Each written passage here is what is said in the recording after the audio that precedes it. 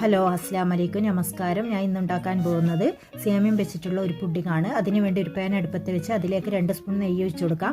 അതിലേക്ക് 100 ഗ്രാം സേമിയം ഇട്ട് വറുത്തെടുക്കാം. അതിലേക്ക് 1 കപ്പ് പാൽ ഒഴിച്ചു കൊടുക്കാം. 1/4 കപ്പ് വെള്ളം കൂടി ഒഴിച്ച് സേമിയം വേവിക്കാൻ വെക്കാം. ഒന്ന് അടച്ചു കൊടുക്കാം. സേമിയം വെന്ത് വന്നാൽ അതിലേക്ക് 1/2 കപ്പ് പാൽ കൂടി ഒഴിച്ചു കൊടുക്കാം.